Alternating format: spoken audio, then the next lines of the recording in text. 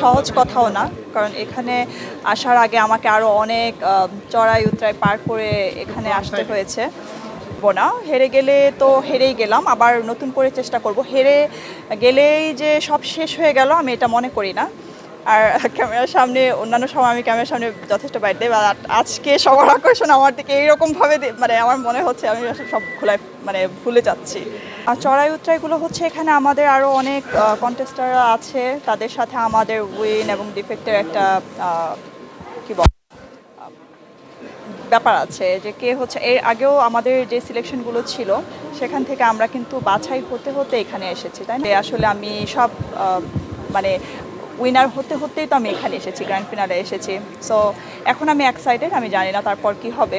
So এটার জন্যই এটা আসলে আমি বলতে পারছি না, আমি এরকম কোনো প্রবলেম ফেস করিনি। আমি খুব পিওরভাবেই এখানে এসেছি। আমি মনে করছি যে আমি এটার জন্য অবশ্যই যোগ্য বলে আমি এখানে এসেছি। এখন কেউ যদি হেরে যাওয়ার পরে ক্লেম করে যে আসলে এখানে গিভ অ্যান্ড টেকের ব্যাপার আছে, তো আপনারাও তো অ্যাডাল্ট। আসলে কেউ যদি গিভ অ্যান্ড টেক করতে না চায়, অ্যাডাল্ট মানুষকে যদি জোর করে হচ্ছে গিভ অ্যান্ড টেকের কথা বলে, তাহলে সেটা তো অন্যরকম হয়ে যায়, তাই না? আসলে এরকম কোনো কিছুই নেই, খুব সলিডভাবেই আমরা এখানে এসেছি। আর বাকিটা ইনশাল্লাহ দেখা যাক, এটা পরে বোঝা যাবে। কি আমি আবার ট্রাই করব। আর আমার আসলে এটা মনে হয় না যে ডিফেক্ট হয়ে গেলে আমার সব শেষ হয়ে গেল, ব্যাপারটা আসলে এরকম না। আমি আমি হেরে হেরে গেলেও আবার সেখান থেকেই শুরু করার মতো ক্ষমতা রাখি। আমি হেরে গেলে আবার সেখান থেকেই শুরু না। এই যে ক্যামেরা এসে সবাই আমার দিকে তাকায় আছে, তো এটা আসলে অন্যরকম একটা অনুভূতি। আগে হ্যাঁ, আপনারা হয়তো বা জানেন আমি মিসেস ইউনিভার্সে ছিলাম 2019-এ, বাট ওইটা আমার কমপ্লিট করা হয়নি। সো একটা ইনকমপ্লিটেড মিশন ছিল, যেটা আমি আসলে এখানে কমপ্লিট করতে এসেছি। এটা আমার ড্রিম। আমি নর্মালি একজন বিজনেস উইমেন, বাট আমি সবাইকে একটা মেসেজই দিতে চাই যে আসলে হেরে যাওয়া বা জিতে যাওয়া, এখানে আমরা কন্টেস্টার হিসেবে হার জিত তো আছেই, এটা নিয়ে আসলে অত সিরিয়াস হওয়ার কিছু নাই। আমরা যদি হেরেও যাই, আমরা আবার মানে শেষ থেকে শুরু করতে পারি।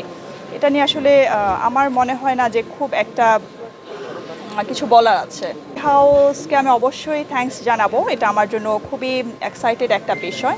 আর ওনারা এত সুন্দর করে হচ্ছে সুপার মডেলের model of the year BD 2024 round চলছে, এটা যেহেতু 4 সিজন আপনারা জানেন।